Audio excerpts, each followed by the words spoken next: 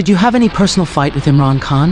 I mean, looking at all the PTI cases that came before you, it seemed like you were not in the mood to do justice. क्या आपकी इमरान खान से कोई जाती लड़ाई थी? मेरा मतलब आपके सामने जितने भी PTI के मुकदमात आए उनको देख के तो ऐसा लगा कि आपका इंसाफ देने का कोई इरादा नहीं था। Look, Pakistan's system is a bit complicated.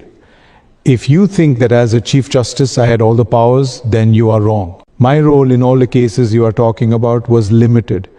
Yes, some powers that are not visible in the media also have an impact in these cases which I cannot name here. देखें, पाकिस्तान का निज़ाम थोड़ा मुश्किल है। अगर आपको लगता है कि बतौर एक चीफ जस्टिस मेरे पास ही तमाम इख्तियारात थे तो आप गलत हैं।